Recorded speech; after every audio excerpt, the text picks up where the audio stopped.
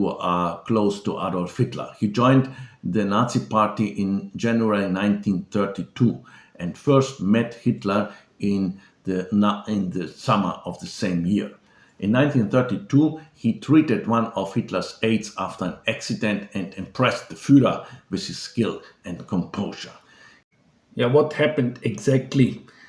Exactly happened that at that time, 1932, Brandt was an assistant physician at the University Surgical Clinic in Berlin.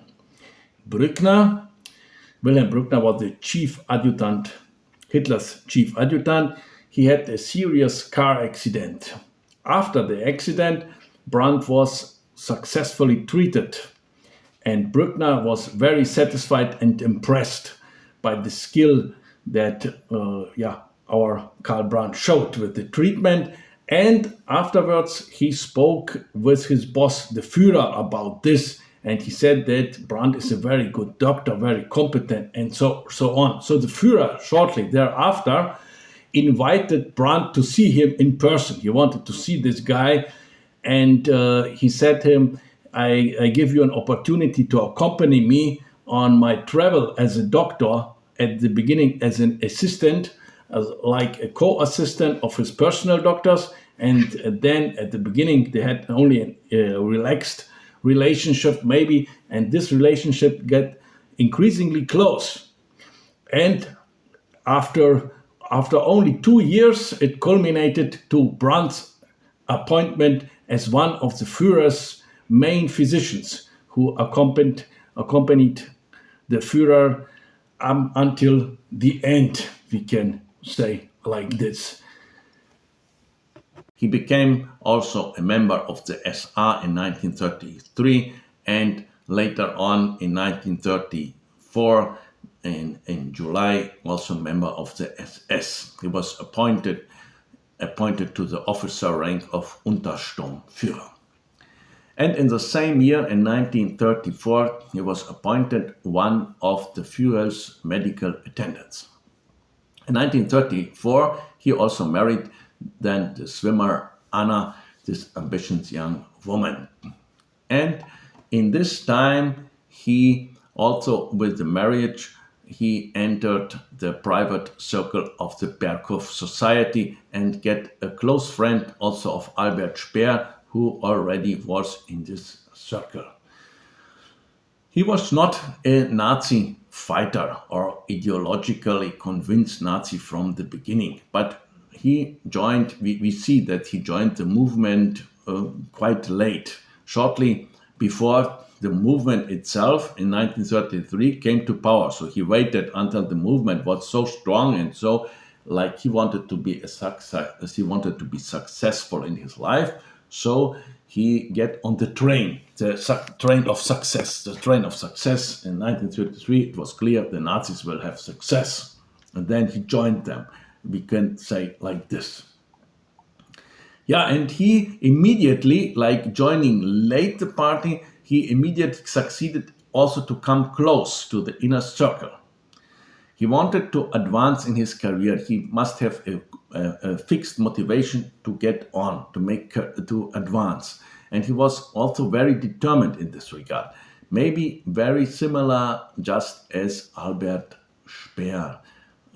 There are some similarities.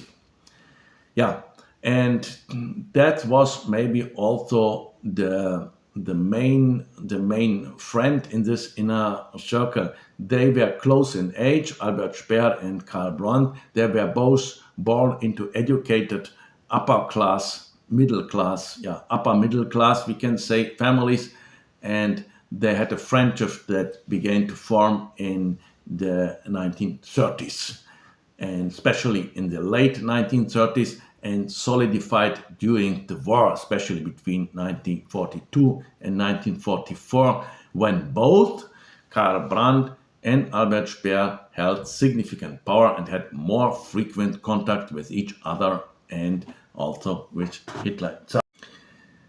Yeah, we see that the connection Brandt-Speer was very important. They both also cultivated an aura of professionalism, like the intelligent, professional guys. and even moral detachment from the worst atrocities.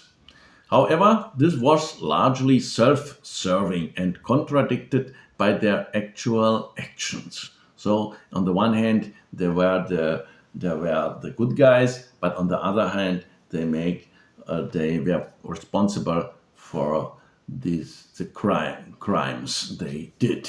Despite their different professional backgrounds, medicine versus architecture, industry, Brandt and Speer found common ground in their intellectual curiosity, we can say pragmatism, and unquestioning loyalty to Hitler, at least initially. Yeah, maybe at the end, in the last year, maybe not. Karl Brandt and his wife, Anni, were, as the Albert Speer and his wife, members of the Hitler inner circle in Berchtesgaden, where Hitler maintained his private residence known as the Berghof. Yeah, this was an exclusive group, and Hitler was like like a de facto family circle of a personal family circle of intimate friends from Adolf Hitler. As members of this inner circle, the Brandts had a residence near the Berghof and spent a lot of time there when Hitler was present. So every time when Hitler was there, because Hitler normally spent most of his time in eastern Prussia, near to the Russian front, but when he could during wartime, and he take some time off, then he went to the Berghof, and also it was a type of vacation time there. Brandt was a careerist who was involved in serious crimes such as the Aktion T4 euthanasia program. That's maybe the main crime in 1939 beginning. Under the 1933 Nazi law for the prevention of hereditarily disease offspring, in German Gesetz zur Verhütung erbkranken Nachwuchses, Brandt carried out numerous abortions on women labeled genetically or racially defective, provided the fetus was not a healthy Aryan.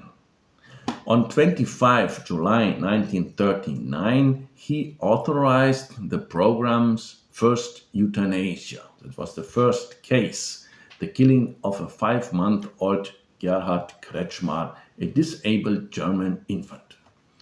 On September 1st, 1939, Hitler appointed Brandt as co-chairman of the Aktion T4 euthanasia program, along with Philipp Buhler. So this was the two directors. Various methods of killings were tried first. The first killing facility was Schloss Hartheim in Upper Austria. So Austria, after the Anschluss, played a major role in developing the euthanasia program. Additional euthanasia facilities were established in Bernburg, Grafeneck, Brandenburg, Sonnstein, and Hadamar. Murderous euthanasia of the disabled and mentally ill occurred from September 1939 until the end of the war in 1945. 275,000 up to 300,000 people are estimated to be killed in psychiatric hospitals in Germany and Austria, in the occupied area of Poland and in Czech Moravian Protectorate. The explanation Karl Brandt accepted and maybe internalized for himself was that disabled people, especially the mentally disabled, should not live because their lives were unworthy of living, that they were ultimately only suffering, that at the end these people were suffering, and it would be at the end only a relief for them. So he doing some good because he relieved them of their suffering. That was the explanation, but this was also a explanation elsewhere, we have to say in his defense. It must be said that euthanasia programs existed in other countries too, like I mentioned, also in whole of Europe and also the US. They were speaking in this time about that and also had some sort of program. And we know also in the days of today's, we are again a little bit going to this direction that a sort of euthanasia, when you are seriously ill, we are speaking about Alzheimer and so on, this again in the medias and again in some countries, this again like practice in other countries is forbidden and so on, so on. But it is clearly, we cannot compare it with the things going on in Germany at that time. Yeah, in his defense, but it must be said that euthanasia programs existed in other countries at the time and were a topic of discussion also in the Weimar Republic. Despite Brandt's closeness to Hitler, the dictator was furious at the end of the world when he learned shortly before the end in 1945 that a doctor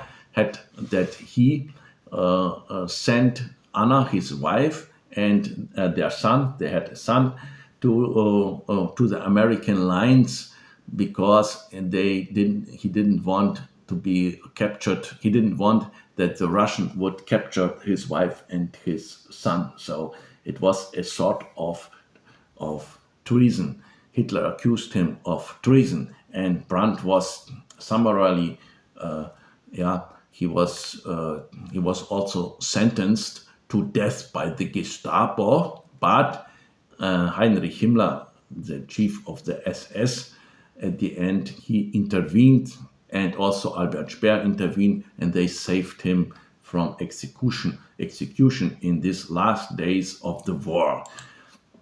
We know that other examples of execution in the last days of the war happened in Germany. It was not an exception, but here intervened Heinrich Himmler. Like Albert Speer, he accepted the crimes as a necessary evil, we can say. Unlike Speer, he could not explain his role in the Nuremberg medical trials at the end of the war, and